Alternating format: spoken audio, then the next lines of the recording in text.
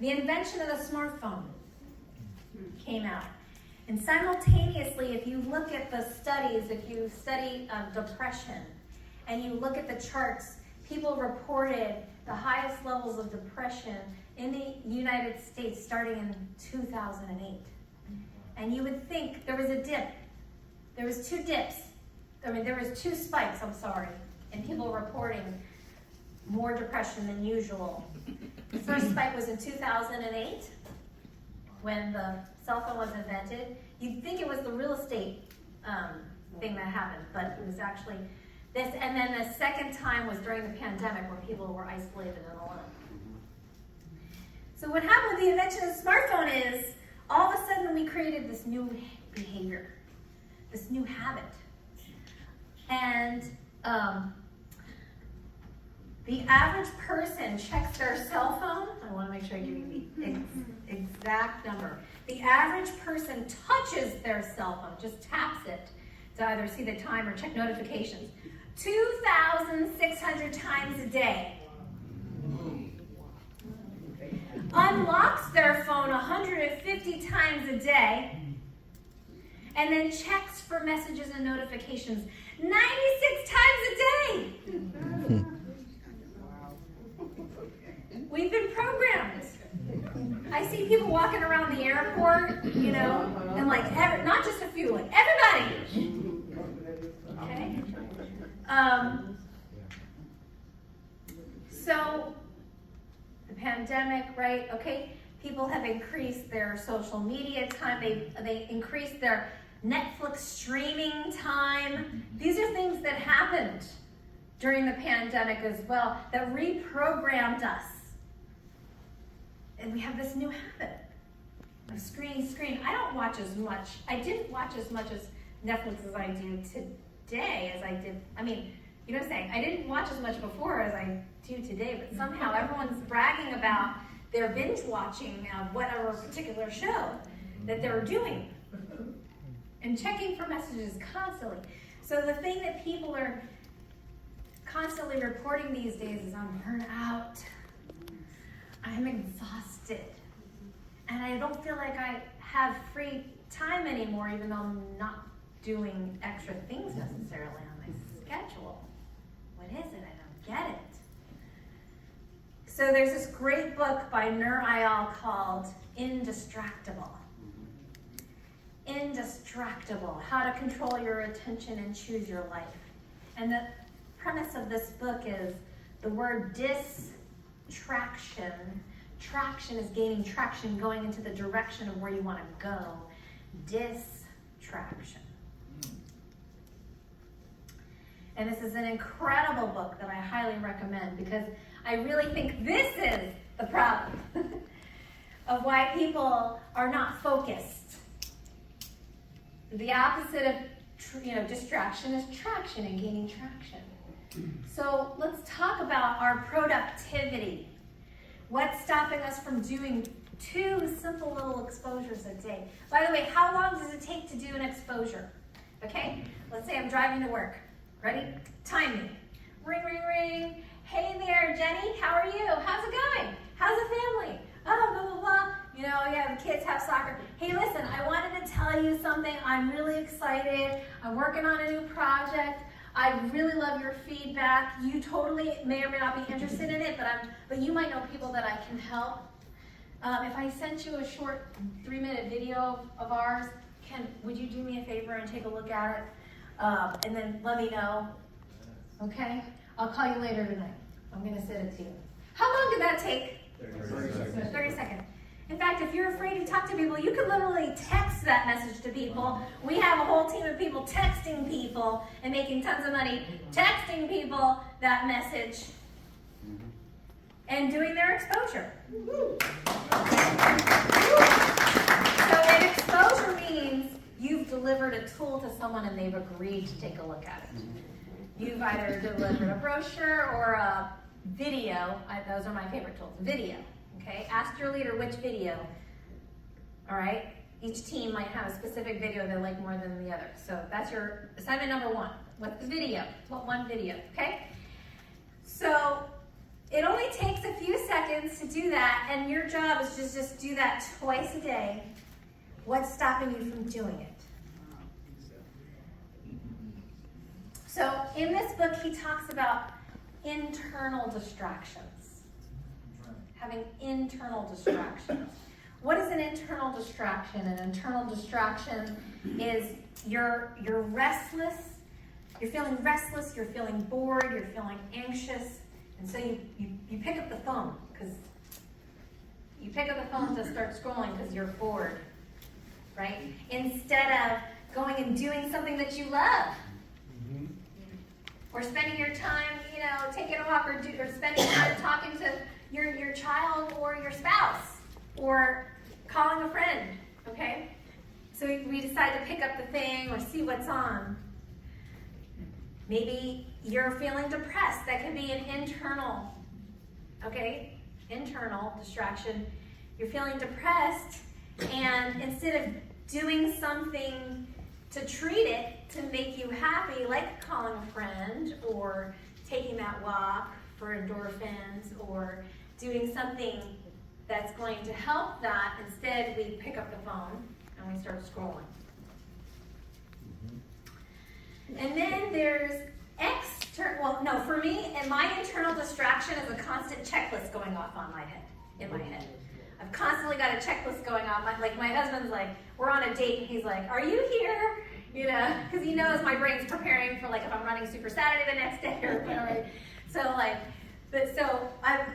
Sometimes I'm like, oh, checklist. Okay. Oh, I've got to send this message to Corey, because if I don't, I'll forget. So I'm going to send it to him right now. And then while I'm there, I see all these other messages, so I'm going to respond to them. And then I forget why I'm even here, so then I go to Facebook, and then I check my email. And then I look up, and 35 minutes goes by, I'm like, what the heck was I just wasting my time doing? That's internal. Let's talk about external. What are external distractions? Name them. External distractions. My children. Children, yes. Spouse. Phone calls. Phone calls. Phone calls. Yeah. External distractions. Ding, ding, notifications. Ding, ding, ding all day long. Okay? External distraction was just causing us, so we're in the middle of really putting together an important message that we're sending out or something like that, but then ding. By the time the brain stops what they're doing to shift gears to do this, to then stop what they're doing to shift gears to refocus. Focus, okay? Let me talk to you about focus. I just saw Craig Groeschel, my newest favorite motivational speaker right now of all time. He's the pastor of Life Church in Edmonton, Oklahoma, but he's got the best leadership podcast out there that I believe right now at this current time. He's like Tony Robbins, but personal development all in one, with all about leadership. John Maxwell, he's kind of like this, student of all three. And he was talking about focus yesterday. Craig Groeschel, Groeschel, Craig Groeschel. And he was talking about how busy leaders don't change the world. Focused leaders do. Busy leaders don't change the world. Focused leaders do. He said, if the devil can't make you bad, he will make you busy. We've heard that one before, right? And the best word that you could use is no. He has somebody that he heard when he was talking to another pastor who said, I'm going to start 187 ministries. He's like, 187 ministries? He's like, I didn't know if he was bragging or if it was a prayer request. The best thing you can say is no. Can you do this? No. Can you start heading up this thing, this committee, and this? No. Can you can you take this extra meeting? No. All right? He said you have to learn how to say no, because he said you don't grow in your yeses, you grow in your no's. If you're constantly doing something new and being distracted by all these other things, you can't get great at the one thing that you're trying to do. right? Focus. Follow one course until successful. Focusing. He said, do fewer things with more intention.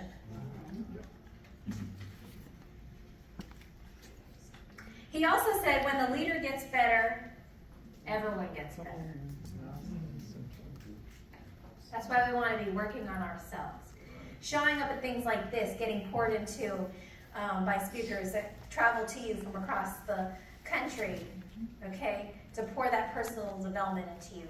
Listening to that leadership podcast. I listen to the Craig Groeschel Leadership Podcast every day. In fact, that's how I even found out about the Global Leadership Summit happening, because I was working out at home in California. I was listening to it. He goes, I'm going to be speaking in Chicago on August 7th and 8th. I'm like, wait a minute.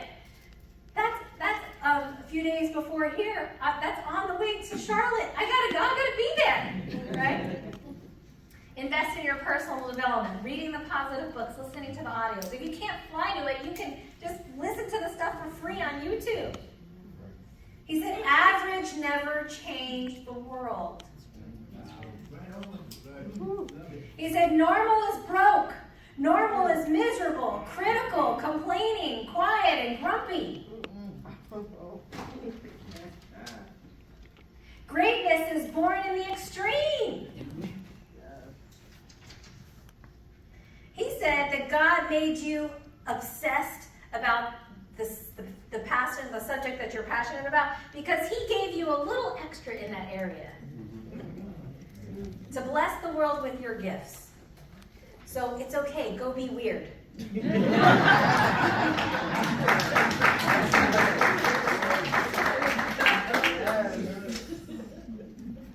He also said, care so deeply about the people that matter to you. Care deeply about your coworkers, your team, your leadership. Because people don't just want corporate benefits.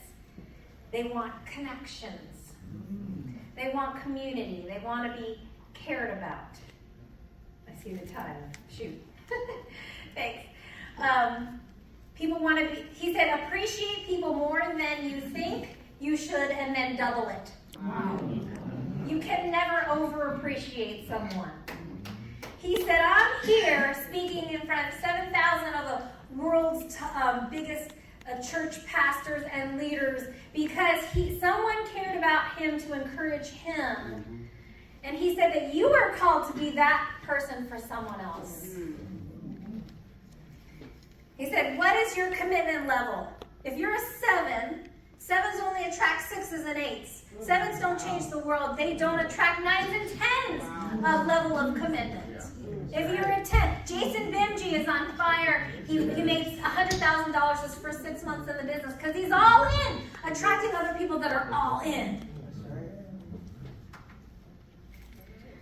We are overstimulated by all the media that is constantly coming at us. I can't go to a public place and not see a million screens playing all around me all the time.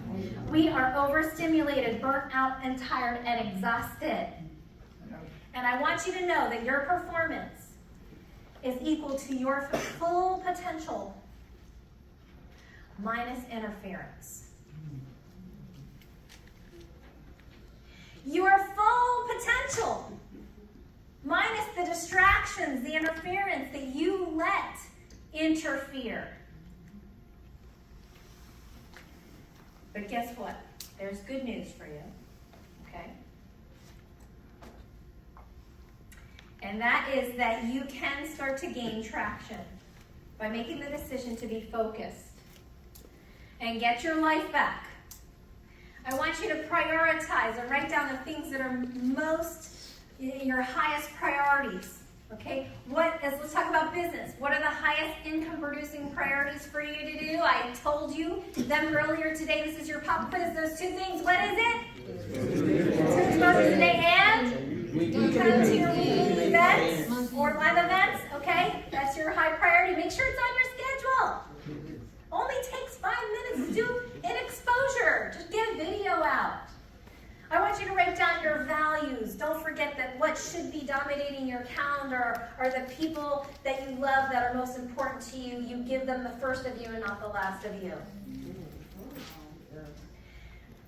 I want you to schedule time to check your messages later. There is a book called Don't Read Email in the Morning. Because your email inbox is just other people's agendas asking you to do something for them. But your life is your agenda. So, I'll make sure that my morning routine, I've got my Bible time in, I've got my prayer time in, I've got my exercise time in, my personal development time in, and then I'll check my messages for the first time of that day. Make sure there's no emergencies.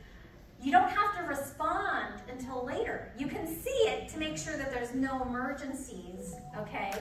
Only respond to the ones that are absolute, but then you can respond later. It's okay. They're going to live.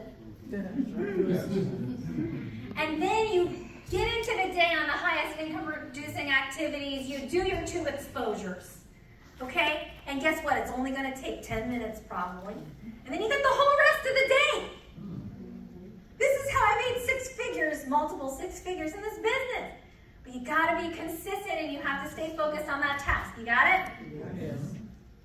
Schedule time for margin, because if you keep working all the time or you keep going, you are going to burn out. You've got to recover well. You can work well, but you got to recover well too. On that time off, you're not checking messages, you're not checking the phone. Friday is my day off, and I make sure that I turn the phone off on Thursday, and I don't turn it on until Saturday morning. Oh, wow. You would not believe the amount of mental clarity and relaxation that you get. But if Friday is my day off and I decide to start checking messages just because I want to make sure that the world didn't explode, nothing someone needed me or whatever, then I start to feel really mentally tired. Your freedom is doing what you want with your life and time, minus the interference. And I want you to have your freedom back. So, I think this is the last, yeah. So, we're going to make some announcements, we're going to have some fun and do some recognition, and then I'm going to come back at the end of the day and give you some more. Is that okay? Yes. All right. Woo!